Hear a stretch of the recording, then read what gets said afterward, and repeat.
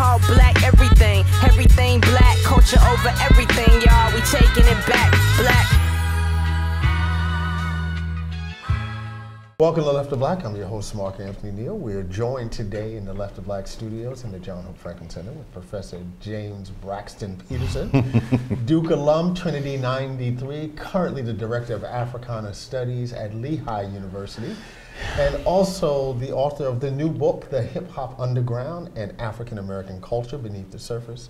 How you doing, James? I'm good, Doc. Welcome back to Duke. Thank you, thank you, thank you, thank you. It's great to be here as always.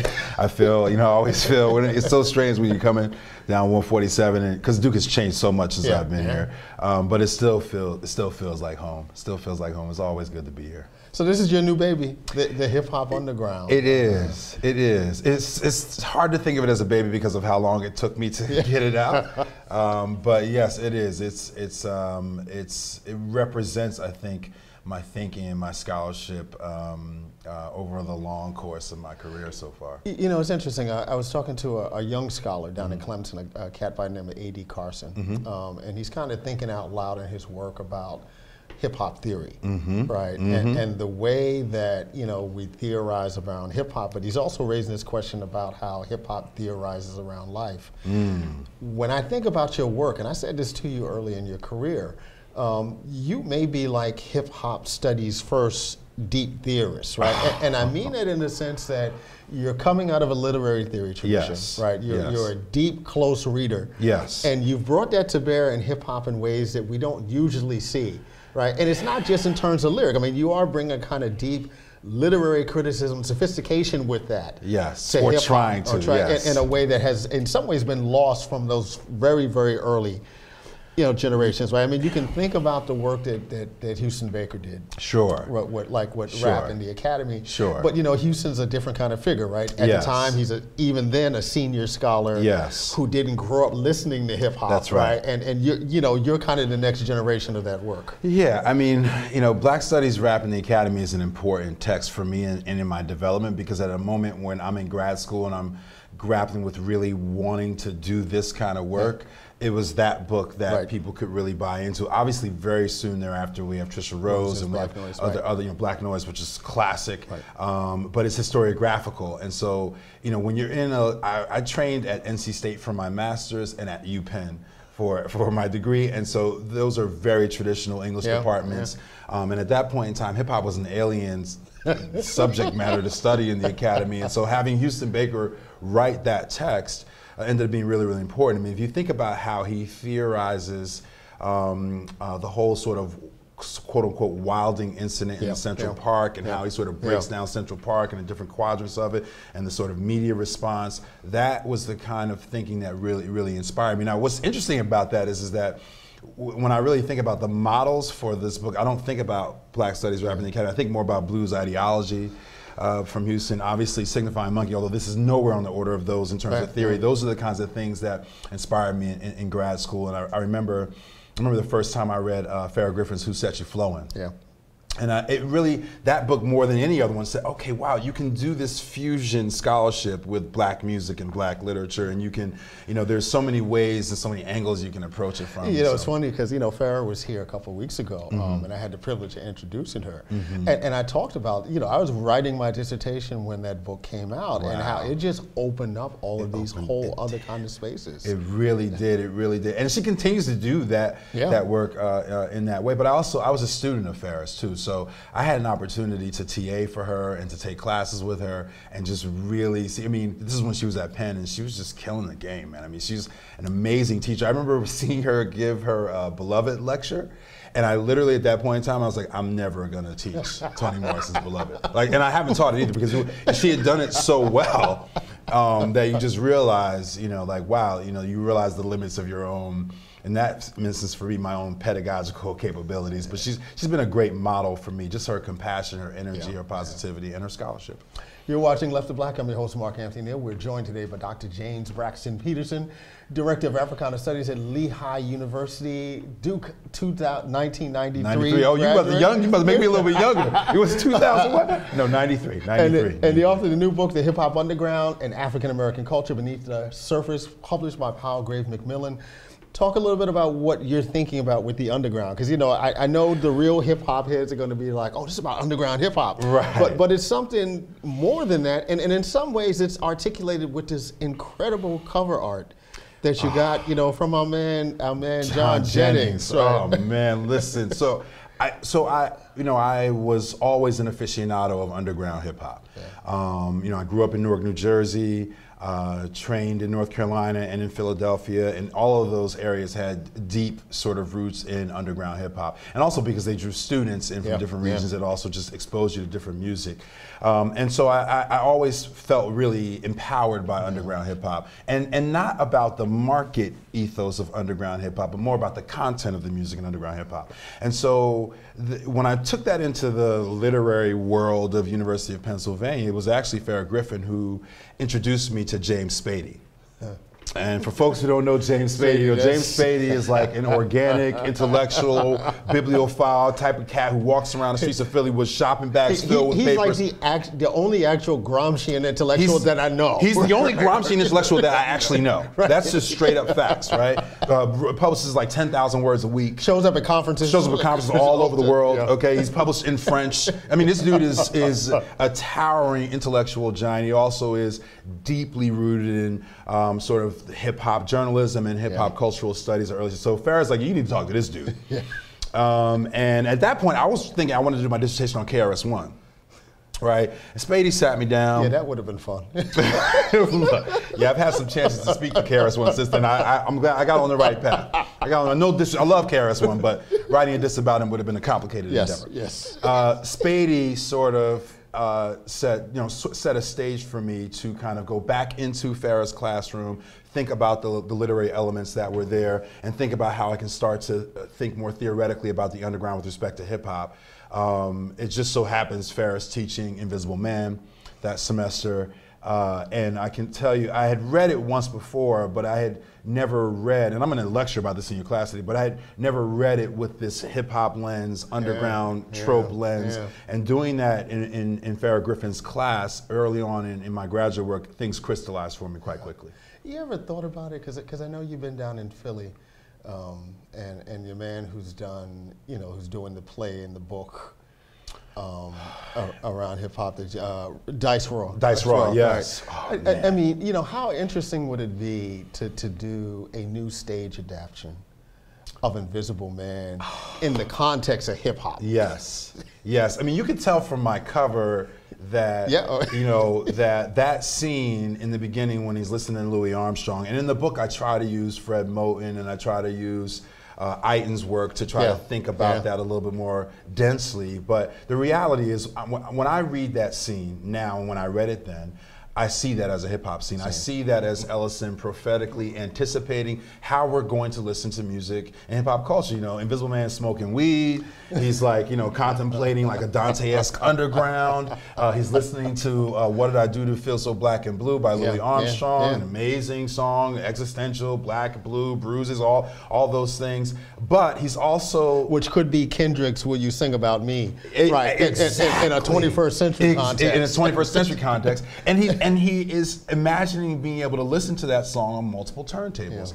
And so again, just for me, that is a eureka moment for me as a scholar. And then from that moment on, it's funny, but once you start thinking about the different underground images in black culture, you just see it everywhere. Yeah, it's funny, thinking about Jennings' work, because I think, when we think about our generation, we claim Kehinde Wiley.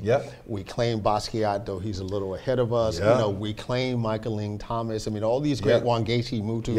I mean, we claim all these great artists, but there's something about Jennings' work that reminds me of Aaron Douglas. Yes. Right, where, when folks are looking for book covers. Look, he's the go-to guy. He's the go-to guy. And the process of working with John Jennings is a revelation, because I initially wanted to get the rights to the photograph after Invisible Man. It's in the moment. It's a sort of classic staged photograph of this same scene. Jeff Walls, the photographer.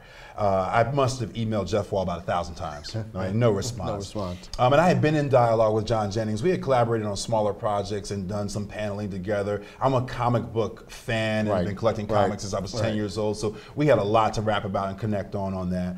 And I came to him and said, listen, I want you to do this cover for me. Here's my interpretation of this scene. I just gave him that. And if you could even just see the first sketch he came back with, it just blew me away. It blew me away. And again, I'm going to say this so much, and I always say this, I may not have the best hip hop book, but I got the best hip hop book cover. Okay, I do. And he captured the process of working with him was amazing, because I realized it also changed the book a little bit, because what I realized is that the visual piece of this also had some great direction from outside readers who said, look, you gotta zero in on the visual piece of it. In fact, your notes on that is what made me begin to realize the gap of underground visual culture that was in the manuscript. And so John Jennings is the other side of that, helping me to crystallize this visual image of what I think is the central interpretation of the text. You're watching Left to Black. I'm Mark Anthony Neal, your host. We're joined here in the John Hope Franklin Center in our studios with Professor James Braxton Peterson, who's Director of Africana Studies at Lehigh University. Talk about what that experience has been like, at this stage in your career. It's been a learning experience. Everyone should know this now, that when I was hired at Lehigh, two incredible things happened. One, I did not have a lot of experience, and they took a little bit of a gamble on me. I didn't have a lot of administrative experience. Took a little bit of a gamble. It's interesting because as black scholars at predominantly white institutions, we're all programmers and administrators. I didn't realize that as much until I got into the role. So they took a gamble on me that I think has paid off. But then two, they hired me as the first part of a cluster. And so essentially I was hired to hire 3 additional faculty at Lehigh. And that's been probably one of the most rewarding experiences of my professional career. Just an opportunity to kind of reinvigorate their Africana Studies program. Shape a program. People like Monica Miller, Darius Williams, Kwame Yassine, the young people that I've been able to bring into Lehigh over the last several years. And you've been around us, we're like a family, it's very cohesive. There's quite a bit of interlocution across our disciplines and across our scholarly works. So it's very, very exciting and rewarding to have done that. And along with that, I've been doing a whole lot of programming. I've often joked with you, and I apply this also to someone like JABARI ASIM, as some of the hardest working people that I know in the business. And it's a little different with JABARI, because JABARI always had a kind of sheen about it where you never saw him sweat. Right. I've seen you sweat. Yes, you have. you have. Many times. I mean, you have hustled yourself really into a career of some distinction. And always looking for opportunities. So, a couple of months ago, you started hosting this radio show, The Remix. Yes. Talk about what that's been like. Yeah. So my models in this field, not in terms of like scholarly models, but like work models, are people like you, Michael Eric Dyson, people who I've seen out on the circuit and had a chance to see like what that really is, like the travel and the grind, the challenges it presents to your family. So I've had great models to understand what the consequences of that work is, and so that's why I think I've engaged it. The remix, which I'm really proud of. Actually, today the episode with Macklemore dropped today. Oh wow! Where I'm in dialogue with Macklemore about appropriation in white culture. Please download, subscribe to the remix. It's free. It's every week. We're gonna get this guy on there. It's gonna be great. But I've been doing media for a long time, and for whatever reasons, the media that I've been doing most has been TV. I love print media, love doing quotes in newspapers. I love doing radio and being on radio, but the opportunity that presented itself to me earliest and most consistently has been TV. Now, TV has limitations, as we all know. There are time constraints. There are all sorts of, televisual production constraints. And so when I had an opportunity from WHYY, which is the NPR affiliate in Philadelphia, to do my own thing, and it really comes from Marty Moss Coane's producers and her show, which is a really prominent show on WHYY. I had been on there several times. They're like, hey, we want you should do this. You should do your own thing. They pushed. There was some internal sort of discussions. Jeanette Woods, who's my producer, got behind it and really started pushing hard. And like, hey, you can call it what you want to call it. You can do what you want to do. You tell us what you want to do. And that is, when you get those opportunities in media, those are inspiring. And that's part of the challenge, right? Because when we see see how visible folks like Melissa are, Yeah. how Michael's been all throughout his career. I mean, lots of folks, you know, ultimately you want to be able to have some sort of real editorial control over what you do. The joy that I take from doing Left of Black. It's yours. It's yours. Is that we do what we want to do. Yes, yes. And I think, you know, the remix is far away from where Left of Black is, but it's in that spirit, in the sense that if you're listening to the remix each week, that's me. You know, there's very little filter there. You know, I'm trying to compose myself in some ways just because I want to make it palatable, but there's very little filter there. I'm lucky to be able to get some of the great guests that I want to get on there. And it's at the intersection of race, pop culture, and politics. And so it's where it's in my wheelhouse. And so I think I'm excited about it. We've stacked a few pretty good episodes, and that Adolph Reed episode just took off. You know what I mean? People just, you know, people love Reed and follow him, and they felt like that conversation was great. And so I'm very excited about the remix in the future of it with WHYY. You're watching Left of Black. We're here with Dr. James Braxton Peterson, who is Director of Africana Studies at Lehigh University. He's the author of the new book, The Hip Hop Underground, and African American Culture Beneath the Surface, published by Palgrave Macmillan. You have a playlist in here of what you define as kind of underground hip hop. Yes. But I'm gonna take you away from that question. You know, Tower Records used to do this thing called Desert Island Disc. And they would ask artists to name the 10 songs that they were stuck on an island. Oh, man. Oh, man. So you were stuck in an airport oh, man. on a layover, and you need 5 tracks to get you through that. Right? And of course, you know, you're gonna be in that layover for about 4 hours, so you know, stuff's on repeat. Yeah, stuff's gonna be on repeat. Wow. That is, so these are the most difficult conversations for me to have. I made the playlist just so that I could debate and argue with people about the playlist, right? But so there are a few songs I know would have to be there, right? And so I would have to have Lupe Fiasco's Put You On Game. Right, it's a song I've listened to 1,000 times already, but I could listen to it a million more times. You know, I would have a couple of songs from Tribe Called Quest on this list. It's hard for me to figure out right now what they would be. I mean, it wouldn't be like Scenario or any of the big posse cuts. It would be probably something from Low End Theory, something where, you know, one of those Ron Carter bass inflected tracks that I could really put on a loop. You know, this is a strange selection because I don't know if people are familiar with this song, but I would take Lauryn Hill's I Used to Love Him. I loved the dissonance. The dissonance in her vocals. Right. By the way, you cannot even distinguish between them on some of those verses. That is a fantastic, that's one of my favorite. I get you. I can just listen to it over and over and over again. And then I guess I'd have a couple Tribe Called Quest songs, Put You On Game, I Used to Love Him, and then I would have to take Liberation off of Quemini. I mean, there's a lot of Outcasts. You know, there's so for any one artist. But I mean, there's so many folks on that track. So you got Badu. You have Badu on there. You got Big Jip is on there. But it's also that song is if I had more time to think this through, a lot of the songs I would pick would be like that, which means that it modulates. There's different sections. I mean, Liberation's a funkadelic song. It is. Right. It's a hip hop song in the tradition of funkadelic. Melodic, yes. But that would be to the best of what I can do off the top of my head. those would be my song. But by the way, I've listened to all those songs already a million times. So. Right. What's next for you? I'm promoting my new project here. I'm promoting my new project. So you know, one of the things that happens when you get a book out and you're doing media stuff, and you know this as well, this is how Left of Black exists, is that there is some dissonance between what you're doing in public in terms of your speaking, in terms of your media stuff, and what your scholarship is. And one of the things that I have to face facts with is that my audience is beyond the academy, and that there are people, one, who can't afford to pay for what a hardcover academic book costs, but also two, there are people, younger people, who are more multimedia oriented and really deeply invested in other ways of consuming information. And it was interesting because I would be at speaking engagements and I'll have a book or I'll have this book or whatever, and people are like, well, what else do you have? You know, what else do you have? And this is the answer to that question. So my third book will be, it's called, I think it's actually called Hip Hop Headphones.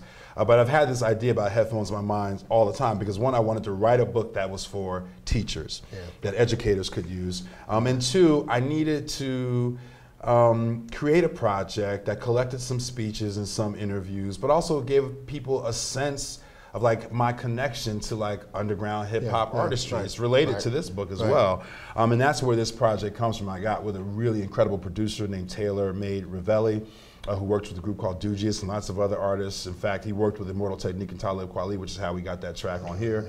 And it's interesting when you work with a good producer because it's kind of like working with John Jennings. So I have all this crazy stuff in my head, and I go to John like, dude, you know, Louis Armstrong, Black and Blue, 1,369 light bulbs, Invisible Man, and he produces that. And so I go to Taylor Ravelli, and I'm like, listen, you know, I want to do something. It's got to be audio. It's got to be hip hop. And you know, he just understood what it was I needed to do out of it, and that's where this project came from. This dropped on iTunes just yesterday, and so I'm pushing this for that broader audience, and hoping to bridge the gap between my more, whatever you call my mainstream popular audience and my academic audience. This ain't gonna be a Cornell, is it? I'm not rapping on here. I'm not rapping on here. Now remember, he said that, not me. He said that, okay? I'm not rapping on here, but there are some incredible rappers on here. Mojo from Dugious is on here. Mr. Lif is on here. As I said, there's a cut at the end of this project with Talib Kweli and Immortal Technique, and Mojo's on that as well. But it has, you know, I am speaking on here, and there are some there's great production on here. But it's interesting because, you know, as someone who studies hip hop, you have to try it, right? You just do. But the one thing I spent a lot of time in studios, for some of it for the research for that project, when I lived in London. Yeah. And what I learned about the craft of rhyming and emceeing is that it is very difficult. Yeah. It may sound easy, it may sound effortless, but it is not easy to do. Because there's a way that, you know, if either one of us are teaching like a jazz history course, we're not going to pull out a saxophone, you know, on stage in class and try, this is what Coltrane was trying to do. No, we're not going to do that. I remember a meeting I had with Bill Above when I was in grad school. Bill Above is a towering sociolinguist who's done a lot on black vernacular. And he was really interested in my project, right? And so he set up the meeting, like we sit down and we're talking. And the first thing LaBeouf says to me, he's like, you know how to rap? And I'm like, I was like, no, do I need to know how to rap to do this work? But at that point for LaBeouf, he was pretty much done with me at that point. Wow. I mean, he's a great guy, but you know, for him, it was about practice and all, which is fine. But I think for all hip hop scholars or people who study hip hop, it's worth it for you to do a little ethnography, see what it takes for a producer to get a beat to lock up. I mean, you know, see what it takes for an MC to drop 16 in 16 I mean, bars. that was part of the genius of the work that our man Joe Slosh did with Foundation. It's exactly. Like he became a b-boy. That's right. In order to be able to write that book. Right. And I think, again, I don't want to get into the whole authenticity stuff and all that, but to me, I think it's a different experience, a different connection to the material to understand at least what it takes to make it, because it's a form that's so often sort of obscured as being easy or simple or reductive. You've been watching Left of Black. We've been joined today by Professor James Braxton Peterson, who's the Director of Africana Studies at Lehigh University. He is a Duke 1993 Trinity graduate. He is the editor of the book In Media Res, Race, Identity, and Pop Culture in the 21st Century. Cover. Another John Jennings cover, and the brand new The Hip Hop Underground and African American Culture Beneath the Surface. Thanks for joining us. Thanks for coming back to Duke. Thank you for having me. No doubt, no doubt, no doubt. Black lights and booze burn when I record for Watts, and every black light Troy